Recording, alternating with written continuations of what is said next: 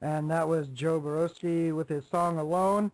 Yeah, Joe, we've got a number of guests in the chat room today, as well as we got one person. Welcome, Critchy. Critchy is saying, "Go, Joe," and Critchy would like to know, what is your favorite hockey team? uh, wow. Favorite hockey team? Well, unfortunately, I like the Toronto Maple Leafs, but, you know, that's just the way it is, unfortunately. They're not doing too well this year, but that's where I'm near, so that's who I've always gone for. All right. Well, at least you guys won the Olympics, right?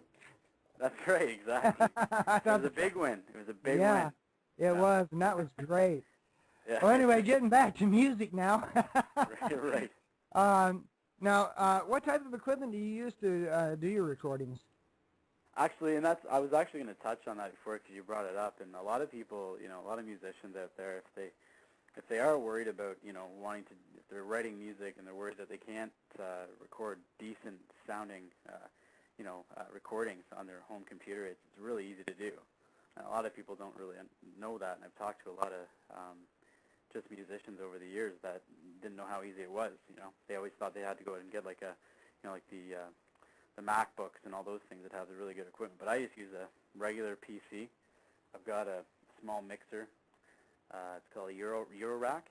It's just a regular, just a 16. It's just an analog mixer, and then I just connect it to my computer, and then I use a couple of different recording software programs on my computer to record it. So. Okay. And then I have a microphone. I have a microphone. It's AKG is the name brand. I don't know if you ever heard of that. Mm-hmm. But, yeah. So it's just and they're all affordable prices. Especially when you're just starting out. So. Right. Yeah, I know. I've been in business for quite some time, and I went and bought myself a Tascam digital studio. And that cost a lot of money. I never got into really trying to do any of that on the computer before, but I know that's basically the route most everybody's going now is using programs on the computer.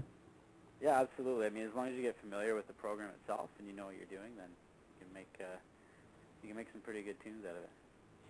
So, do you ever go out and play in like clubs or anything like that, or do you just do strictly recordings and put stuff on the internet?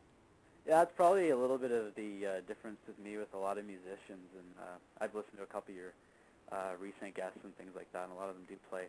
I've always been kind of I'm not like a hermit or anything, but I'm not much of a person to go out and play at the bar scene and things like that, and I think that's why a lot of times I haven't really had my gotten a lot of recognition out there and everything like that. But I do play small. A couple of times I played at a couple small bars within London and things like that, but nothing really that big. I've always just kind of been more independent on my own, recording music and sharing it with family, friends, and then over the last couple of years, I've built up a good fan base, and actually a surprising fan base after I came out with my first album. So what websites do you put your music on? Well, my main home website is it's www.joeborowskimusic.mfbiz. That's M for mother, F for Frank, B for boy, I zebra.com. So joeborowskimusic.mfbiz.com. I'm also on MySpace, so it's just myspace.com/Joe Borowsky. And you can find me on YouTube. I've been doing got a lot of people who are asking for a lot of covers lately, so when I have some time, I like to, because everybody likes to hear music they're familiar with too, and for years I never did covers, and I think that sometimes can hurt musicians, because if you don't do covers, people don't kind of get used to your sound, and they want to be able to sing along with something they know. And it took me a while to realize that, because a lot of people I get emails from and things like that will say, "Oh, I love your music. I love this song. I love this song. Would you be able to play this?" And it's because they want to hear something they're familiar with, right? So I'm starting to do that more. So I'm getting into that more, and that might get me playing places too eventually. All right. Well, we've got a listener by the name of High Voltage in the chat room, and he's asking, how many songs have you written, and are you working on anything right now? Yeah, sure.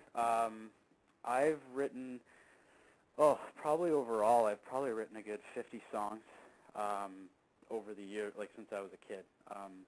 The current album I have out right now is a song. It has 11 songs on it, and I split it in half. There's basically, there's about 6 songs that are from when I was a youth, when I was between 11 and 18, and then the other 5 have been from recent work, and then I'm working on newer stuff right now, and I have about 10 songs ready to record. I've recorded 2, and hopefully we'll be able to hear one of those tonight. And then so I'm always working on music.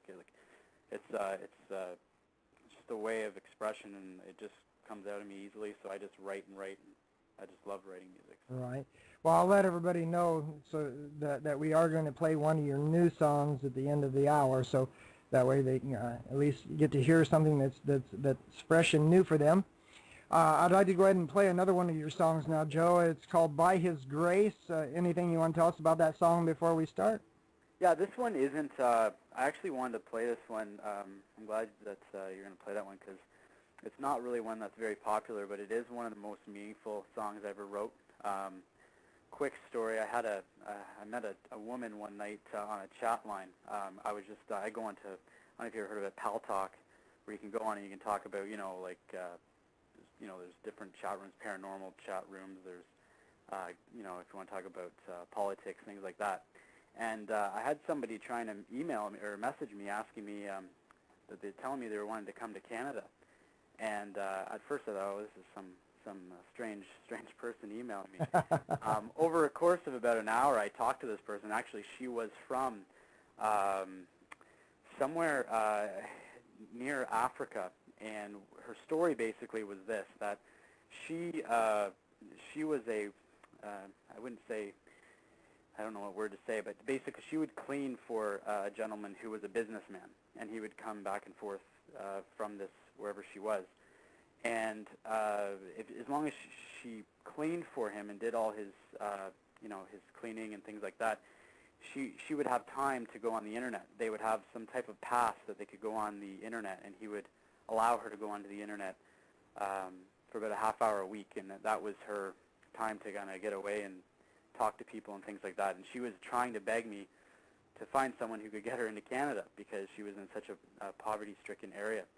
Right. And she told me her story, and it was pretty personal. And after a while, I realized it wasn't just somebody making up a strange story. It was real. So I couldn't sleep all night that night, and I wrote this song, and that's By His Grace. So.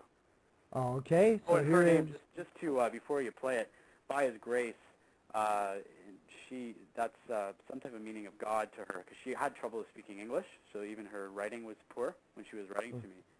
And right. her name was Patience, and so you'll hear that throughout the song. All right, this is Joe Borowsky and his song By His Grace.